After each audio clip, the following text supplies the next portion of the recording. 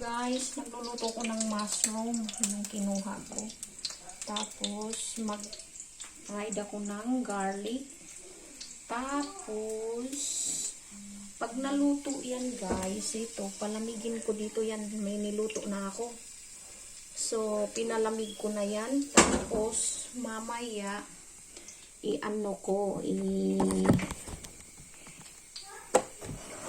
ilagay ko sa guys, ilagay ko sa plastic pag malamig na, so i-frozen ko. So yan, garlic yan guys. Wait.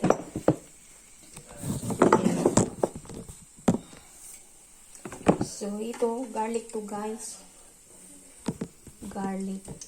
So yan. Garlic. So, niluto ko siya sa garlic. Hindi ko nilagyan ng asin. Baka na pag, ino-frozen ko siya.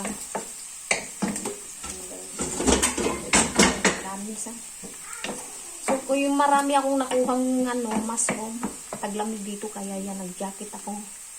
Yan. So, yung kinuha kong mushroom, marami yan. Pag marami siya, naghatid ako sa kapitbahay dyan, yan yung dalawang kapitbahay lang namin yung kilala ko dito. So, dito sa left at saka dito sa right. So, nagbibigay ako ng mushroom. Kanina naghatid ako. So, sobrang dami yung kuha ko guys. Kasi yung kapitbahay namin matanda na. So, sabi niya hindi ba daw ako takot sa forest kasi hindi daw siya pumunta sa forest mag-isa. Sabi ko hindi. May dala naman akong kutsilyo. Tumatawa siya. Sabi niya ingat daw. Sabi ganun. So, yun guys. Ito, isang planggana. Naluto na. Pero pag niluto mo siya guys, siya? Kunti na lang. So, marami yan. Nilagay ko mamaya. Kunti na lang yan. Diba? So, yan. I-preserve ko yan sa frozen. So, meron na akong naluto, ito. Yan. Pinalamig ko yan. Tapos, ilagay ko sa plastic. Ito. Yan. Tapos, ilagay ko sa frozen.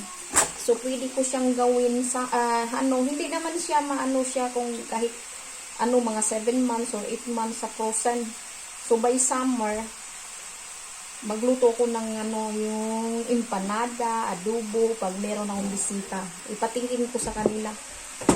Mahal to guys, siya, itong mushroom na to, yung kinuha ko, oras, 29.90 centime euro. So, nasa 1,710 piso sa atin. So, sobrang mahal. So, yan. Happy yung ko, yung kapitbahay, ang dami kong binigay. Mga 3 kilo yun. Yung sa kabila naman, 3 kilo din. Binigyan ako ng bulaklak, may wine at saka parang binartiran niya ako ng wine at saka bulaklak. So masarap siya sa adobong manok. Oo. Yung isang araw nag-adobo ko ng manok. So ang nilagay ko ito. Yan, laurel, tapos ito. Yun. Uyo. Pati suka, kunti. Yan, masarap siya guys. Inubos ni Siupaw. Yung asawa kong kalbo yan yung asawa ko. Mahilig din siya sa mga niluto ko, ganyan. Okay, i-continue ko ha, guys. Diba? So, yan guys. Yan, luto na. So, nag-dry na siya. Kanina maraming tubig yan. So, ngayon, okay na siya. So, olive at saka garlic lang. So, okay. So, ilagay na natin sa... Okay guys, ilagay na natin dito. Ipalamig yan. Pag malamig na, saka na balutin. Ilagay sa plastic. Tapos, i-frozen. Yan. So, ulit. Ito naman ba ulit. Yan. So, ito lang.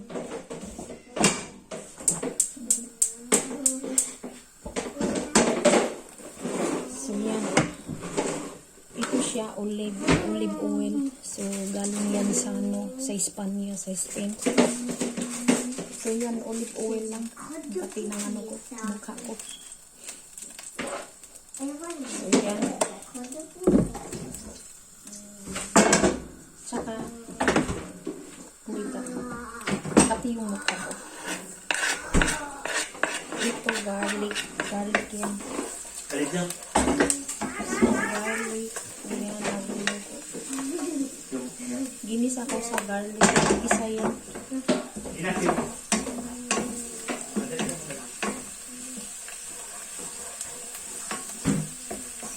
Pag medyo na siya ma-brown na yung garlic, so pwede mo na ilunod yung yung sakit talaga nila.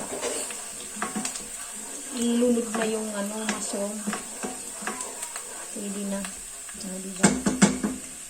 So, ayan. O, pinalamig ko na. Tapos, saka ko na ibalot sa plastic. Asan na yung plastic? Ibalit ko dito sa plastic. O, yan. Ang daming sa kusina ko. Ayan. So, yan mga langga. So, nag-brown na siya. So, pwede na natin ilunod ang mushroom. So, pang-last na to. Tapos, dadalawin ko muna yung garden ko, sayuti ko. Marami din bunga yung sayuti ko.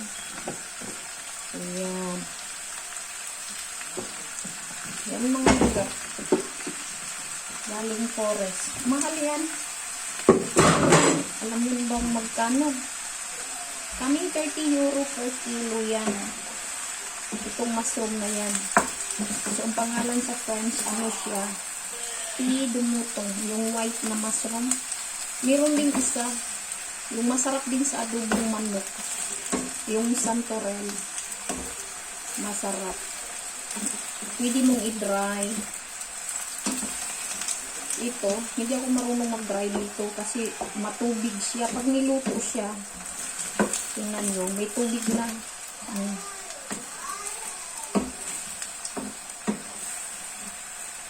So, yan, ginigisa ko.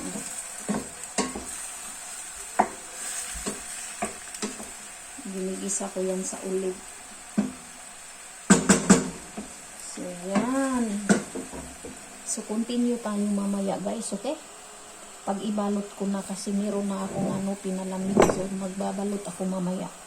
Dalawin ko muna yung garden ko. Pupuntahan ko yung sayuti ko doon. Dito na ako sa garden. Yan, mga bulaklak ko yan. Bulaklak ng anak ko. Yan. Diba? Taglamig siya namulaklak. Diba? Ang ganda. Ganda ng bulaklak ni Adele, ng langga ko. Yan. Oh, pupunta naman tayo sa sayutihan ko yan. Ito yung sayuti. Di ba? Yan ang bunga ng sayuti. Ito. Tsaka yan.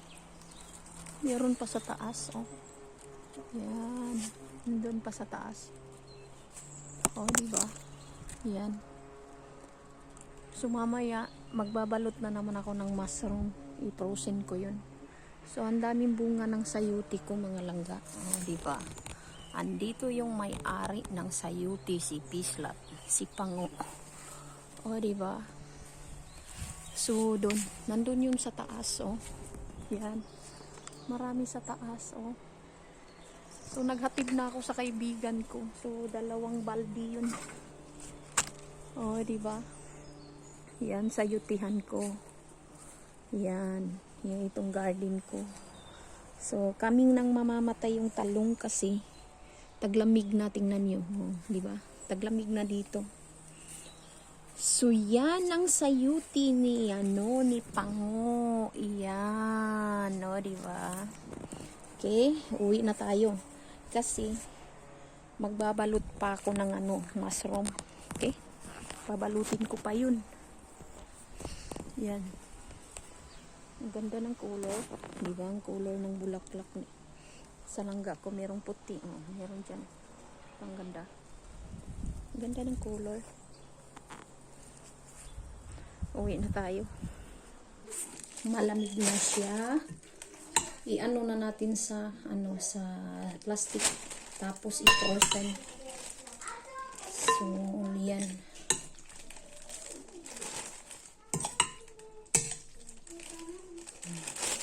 diba?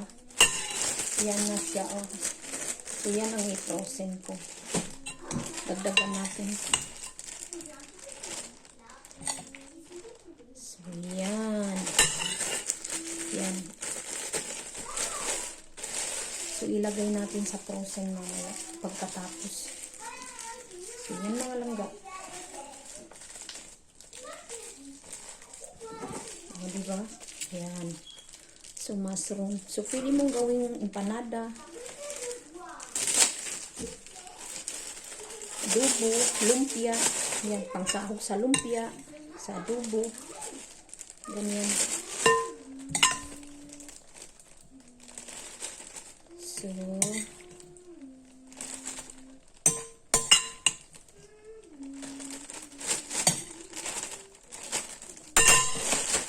puno kasi yung frozen ko.